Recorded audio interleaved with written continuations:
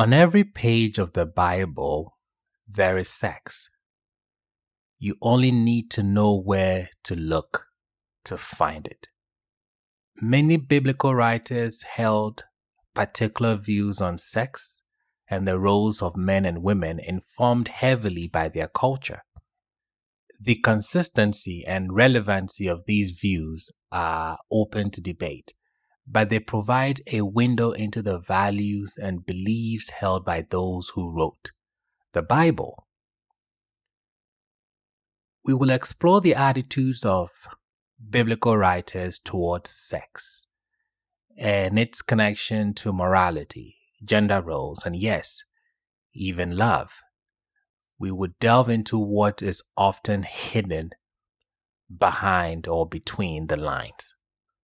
When studying the Bible, it is important to remember that we are entering a world that is distinct in culture and values from our own.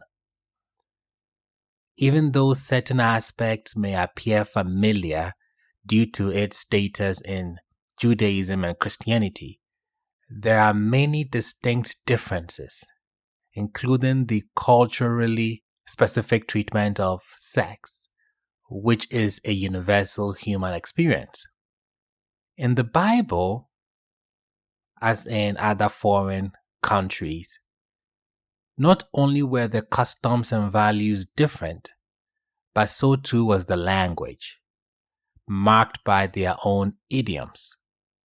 A famous biblical idiom that has a sexual connotation is knowing, or to know in the biblical sense.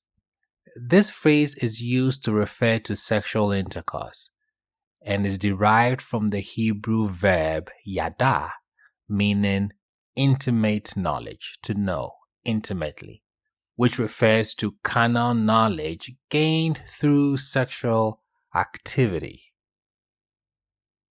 Okay. After their expulsion from the Garden of Eden, we are told that Adam knew his wife Eve and she became pregnant, giving birth to Cain. Similarly, during warfare, the Israelites killed all men of every age and all women except virgins. We are told that they were those who had not yet known a man. Modern translations of the Bible use phrases like lie with, have relations with, or have sexual intercourse with in place of this verb, thus stripping readers of its sexual connotations in other contexts.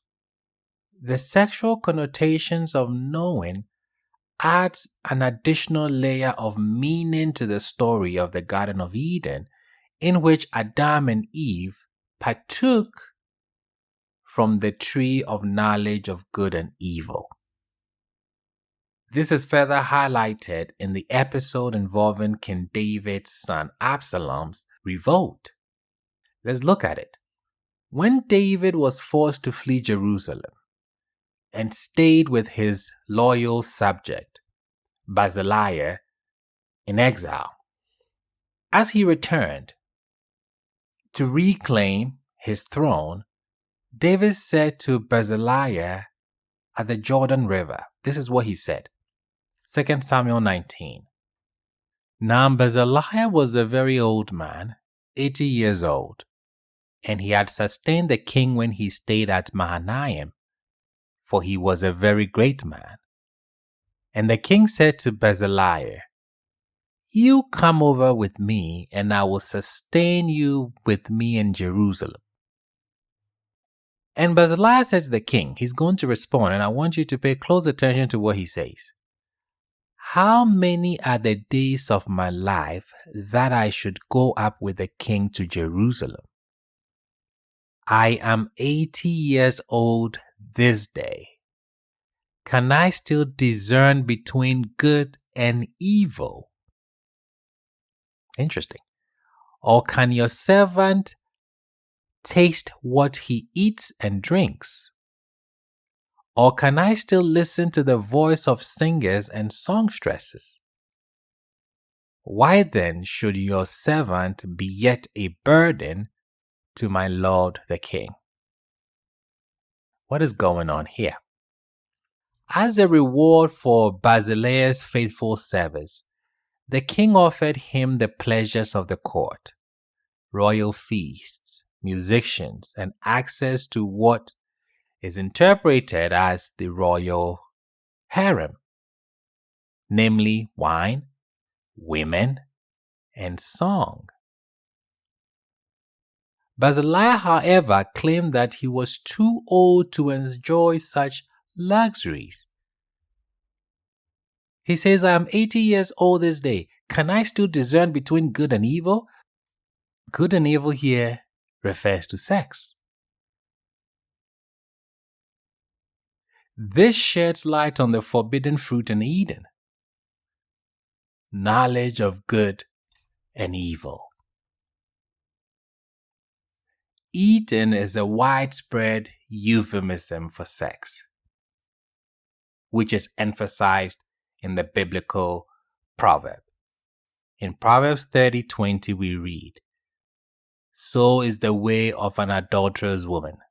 She eats and wipes her mouth, and she says, I have committed no sin. When the man and the woman ate the forbidden fruit, they immediately recognized that they were naked. No need for sex education.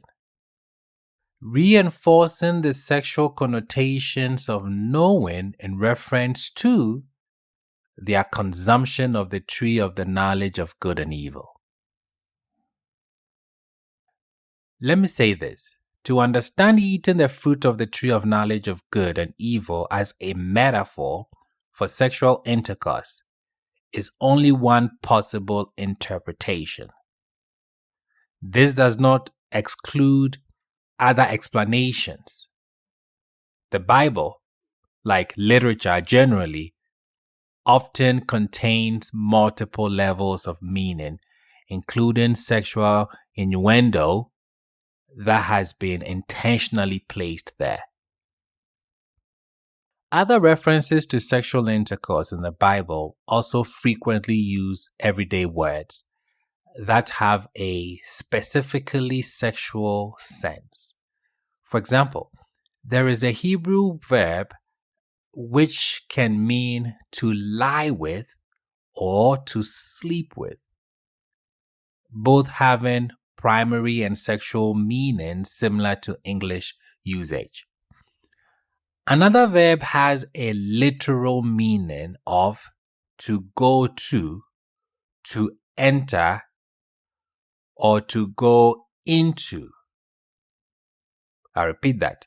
To go to enter, or to go into.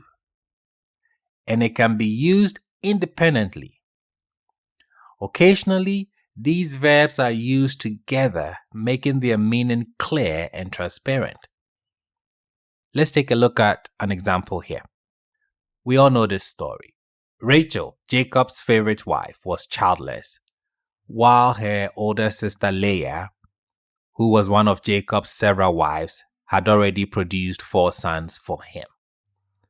Reuben, one of Leah's sons, had found some mandrakes in the field, a plant believed by many cultures to be an aphrodisiac and to enhance fertility.